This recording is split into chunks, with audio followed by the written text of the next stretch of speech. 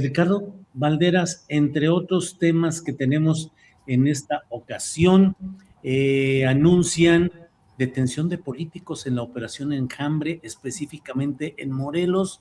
Eh, Algunos presidentes municipales en activo, otros expresidentes municipales, y lo planteo como tema como telón de fondo para preguntarte sustancialmente, Ricardo Valderas, cómo has ido viendo la evolución del tema Rocha Moya, los demás involucrados y cómo va la mirilla del disparo de Estados Unidos en este tema, Ricardo. Ese es el tema, creo que más complejo de la mesa para mí, por lo menos, porque tiene muchas transversalidades. El primer caso, justo volvemos con el tema de presunción de inocencia, aunque entiendo que hay un protocolo previo.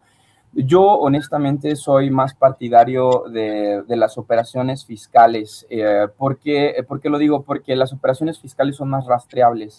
Creo que este operativo federal contra funcionarios políticos acusados de colaborar con organizaciones criminales es indispensable, pero por ejemplo tenemos previamente lo de Operación Tequila, que creo que Santiago Nieto lo impulsó, si mi memoria no me falla, en donde se congelaron cierta cantidad de dinero que desde mi perspectiva pues era también muy marginal.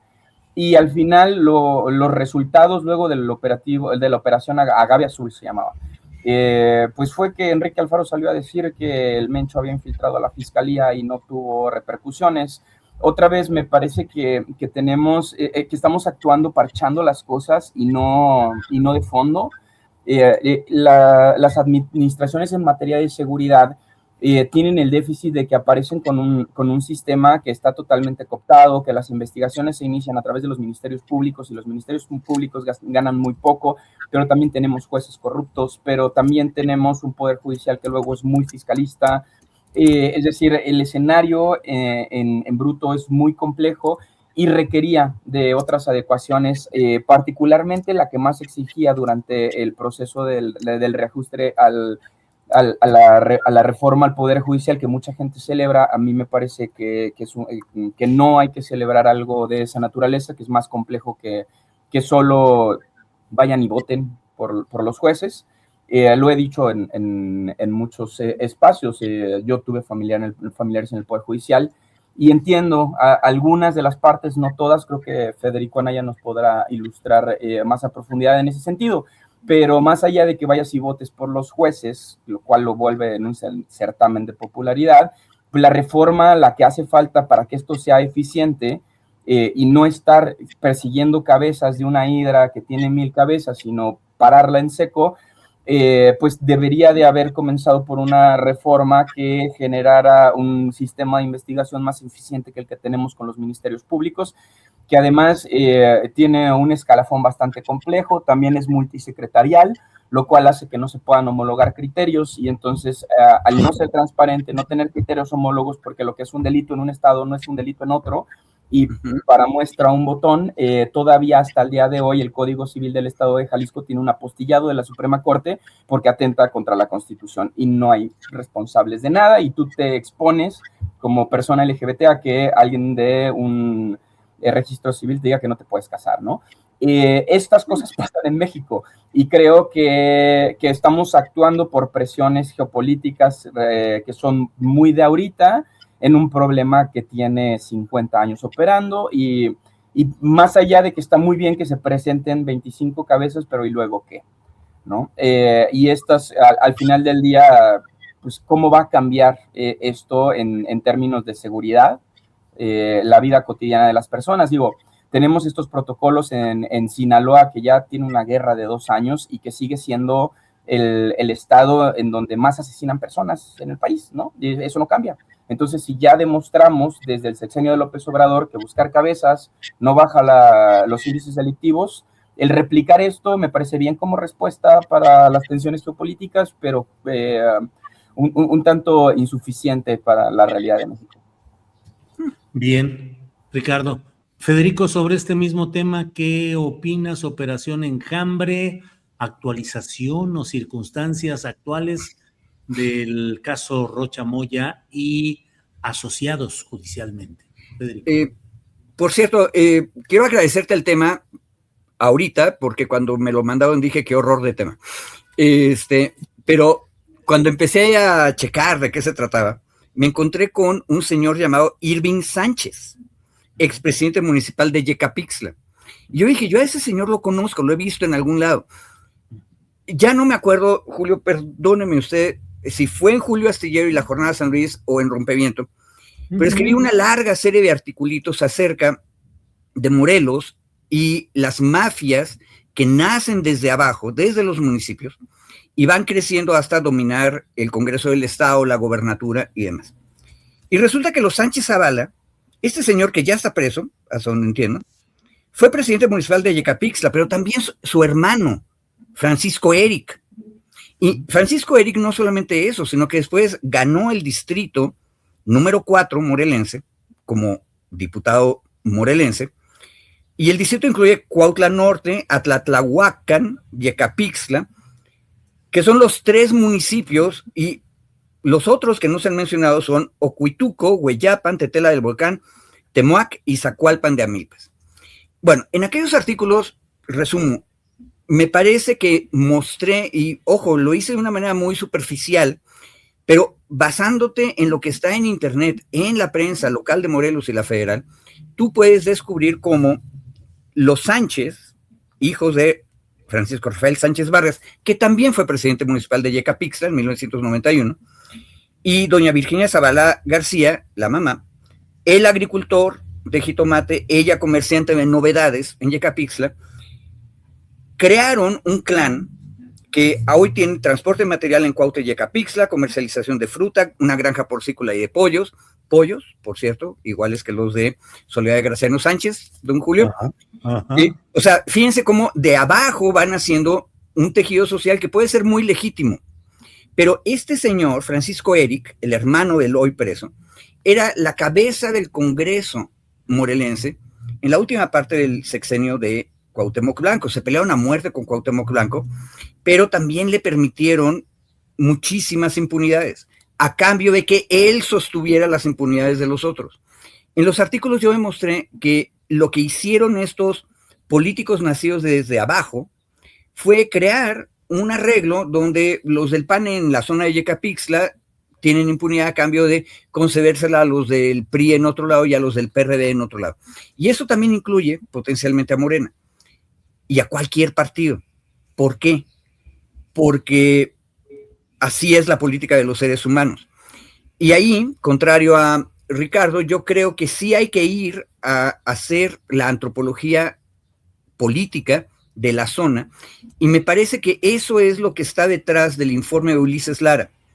Ojo, se tardaron mucho, otra vez, qué cosa es mucho y qué cosa es poco, porque la primera señal de que algo estaba horriblemente mal, porque lo que yo escribí estaba mal, porque pues son gente normal, igual que los Borgia y los Médicis en la Italia renacentista, que eran una bola de mafiosos, todos ellos, los buenos y los malos, y hacia Morelos, con Graco como si fuera el gran Medici, encima de todos ellos. Pero el asunto es, tienes que hacer antropología política para descubrir cuáles son las redes de intereses y luego preguntar, como fiscal, investigador, cuándo esa red de complicidades políticas cruza la línea de lo jurídico. Y eso es una cosa bien difícil, pero tiene que ver con lo que Daniel Vázquez nos recomendaba.